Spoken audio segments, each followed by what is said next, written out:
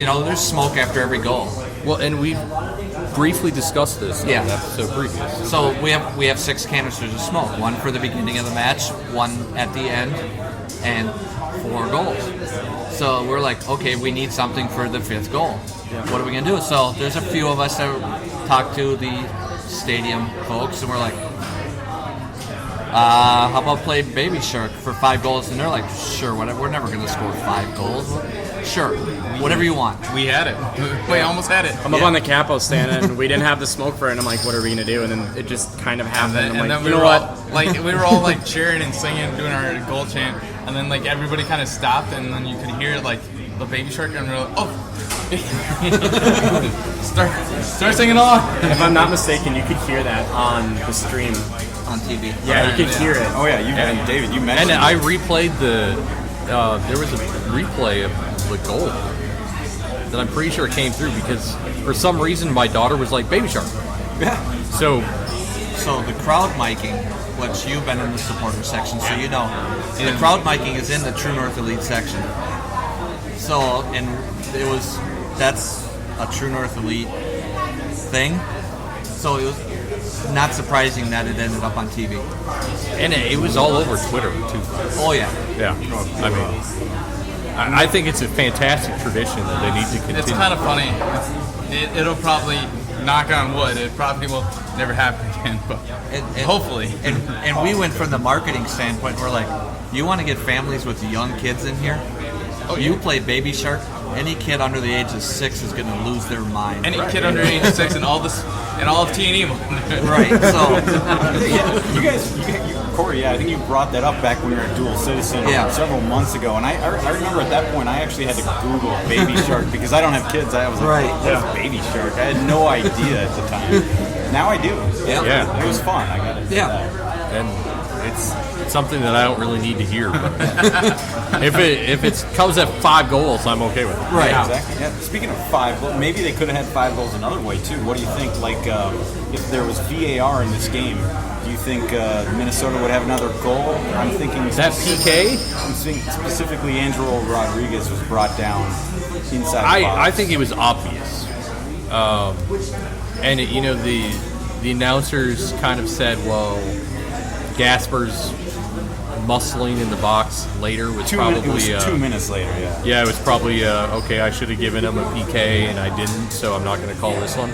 But I don't think there's any comparison. I thought the foul against Angelo was so obvious. You know what makes no sense to me is why isn't VAR being used? VAR is being used in and every other tournament.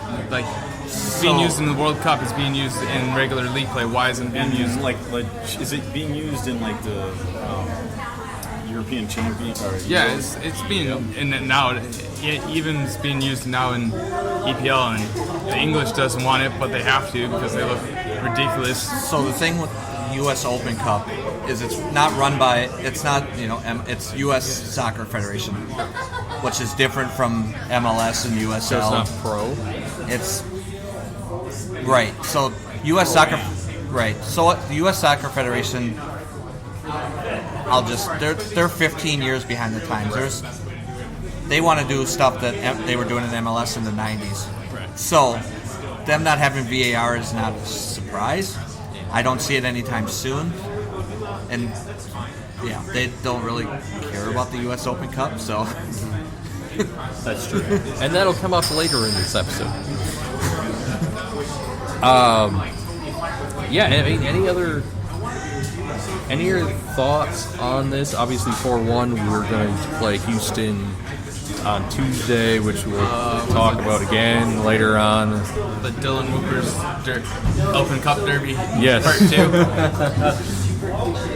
And it's on his birthday, too. Yeah, it is. Again.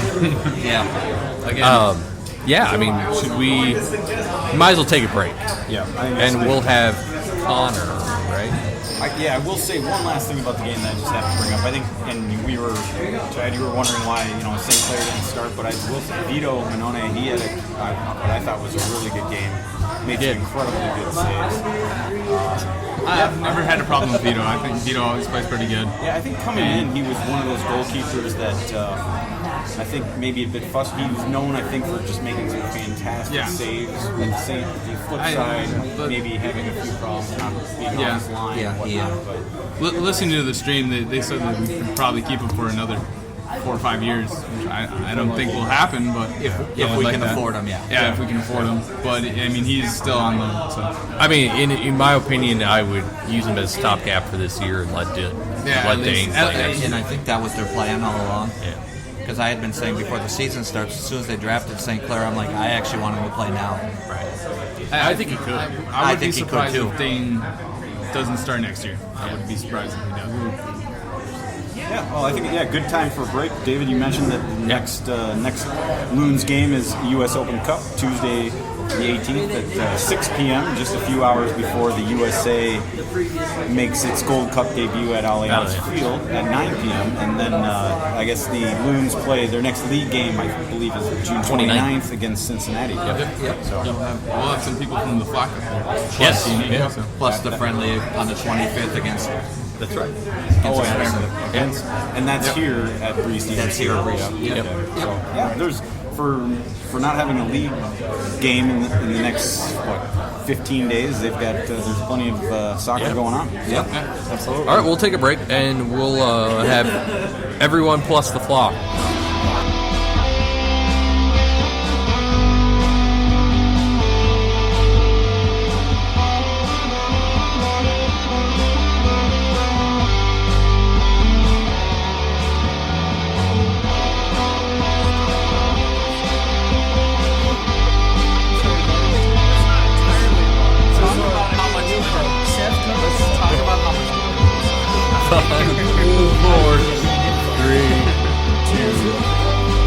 Welcome back to the Loonacy podcast. We're still here at One Barrel Brewing Company in beautiful Madison, Wisconsin. All of us are back, and actually we're thrilled to be joined by a couple members of the Flock. We have Connor from Forward Union, and we also are lucky to have Ian, who is a member of the Flock. He's actually the co-chair of matchday operations.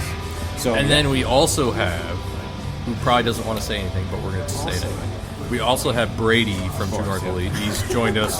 So we've got separate from the previous group, and then we also have the entire previous turn it group. Off. previous group. Yeah. So needless to say, we've got a full table here, and Yes. we're excited to this half of the pod. We're going to get into Forward Madison FC. We're going to talk about the Flock, of what goes on during game days and non-game days and everything else in between. Yep. But and then we'll go into the U.S. Open Cup, and since that affects all of us, and talk about how shitty this format is, and then also finish off with the Women's World Cup. So it impacts all of us as soccer fans. Everything's soccer related. But we can't. Let's not continue without bringing up One Barrel, and specifically, just wanted to throw. I mean, this is not something we're used to seeing. I'm looking up now, looking around this kind of beautiful space, and I'm seeing a lot of not just dollar bills, but $5 bills, $20 bills, all kind of pinned to the ceiling. I was kind of wondering how they got there. Adam, the GM here, kind of explained to us that it's all for charity. You can throw a buck up there as a charity toss. You can throw a 20 up there and get yourself a free beer if you're lucky enough. Right. But it's kind of cool. Just another little they collect it all through the year, and then they give it all to charity. He said it was a library last year. That was the highest they've collected so far. There's also one in the fish. Oh yeah, there is. There are $2 sticking out of the fish. I don't know what type of fish that is. See, I think they. I think they do it for the entire year as a charitable event. So I think this year, all the money that's on the ceiling at the end of the year is going to be collected. I believe this is for Wisconsin firefighters. Yes, firefighters. But all for charity, all for good causes. They get anywhere from, I think he said, $1,500 to $2,500 usually on average. So it's great. So I might have to give it a spin later. I doubt I'll be any good at it. I will hurt someone if I do it. So Did he explain to you how they do that? Don't they wrap a quarter in it with the tack and? he said a tack. He only told us a tack. We don't know what that exactly means. I feel like they're stuck pretty strongly. Yeah, I saw someone do it earlier, and it hit with a thud. So I mean, it must be. And I guess we are coming off a much-needed break. You're at a brewery. You need to get a chance to have some beers. It looks like we've got a good showing of the Forward FC Cherry Kolsch. I tried something new off of recommendation because I haven't had any of the beers here prior to today, and I got the DDH Hypercolor New England IPA. Pretty sweet. But And that's one that they sell in the stores, right? I think so. brand new. He mentioned this was brand new, Oh, so I okay. don't know if it's available yet. Okay. Just for listeners that might be looking for it, but yeah, pretty good. So. Cool. All right, well, let's jump into the Flock. So obviously Forward Madison is new. They're currently this year our as in Minnesota United's partner club. Whether that will continue after this year, I guess I don't really know. As we're waiting for our academy to grow and our potential USL affiliate, I hope that Forward Madison continues. As well, As an a affiliation. As do we. Yeah. They will continue, I'm sure. But Well, right, yeah, sorry, as our as the affiliate. affiliations of Minnesota Let's United, clarify that. But for the record, I mean, as we sit now, they have a 1-year agreement. Exactly, and being a Wisconsinite, I like the connection to Madison. So, yeah, it's a cool little thing that you guys have gotten to experience our players. However, unfortunately, not the last roughly month we've had our players back. So, let's start. Who wants to go first? Connor or Ian? Sure, I'll go. I'll jump right. out You have a there. time frame. It's all right, whatever.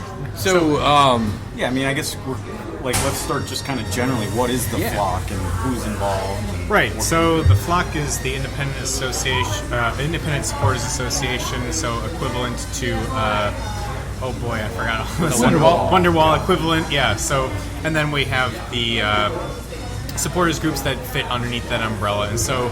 To various degrees of official or not, there we have several that are close, and so I don't know which ones have met the, final, deal with what we have. Several groups, including Forward Union, of which Connor is the lead, and we have Mingo Ladies, we have La Barra for Hispanic fans, Featherstone Flamingos for black and fans of color. We also have, to various degrees of official, we have the left leg, and we have old flockers.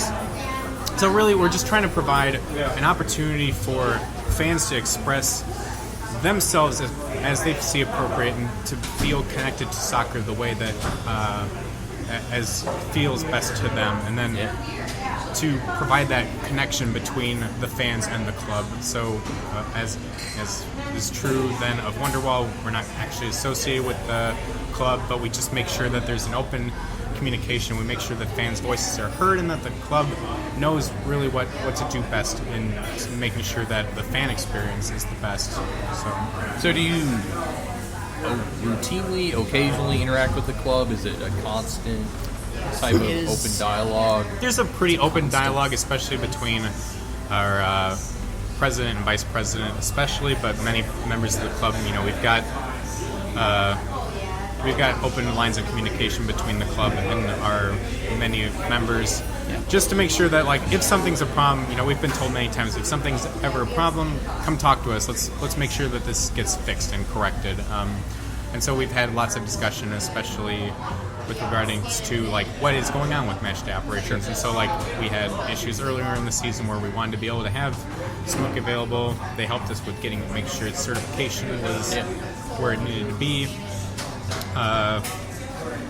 We've talked about what kinds of displays are available, just making sure that we all stay protected away from USL style fines. But yeah, ultimately they've just been helpful in making sure that we can be the fans that we want to be, and how to do that the right way and without stepping on anyone else's toes. Sure. So obviously, the Flock community, the growth must be incredible in the first year of existence. Basically, do you have an estimate on the numbers that are? So I want to say that the Flock End's max capacity is 1,000, and so as far as like people who would identify as flockers, we probably are pretty close to that number. How many people are routinely in that section is probably actually pretty close.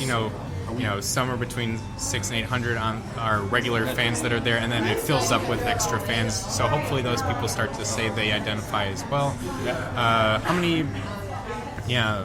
How many people, are season ticket holders is a number that I'm less certain of, but we definitely have a full section at the end, and we're always, jumping.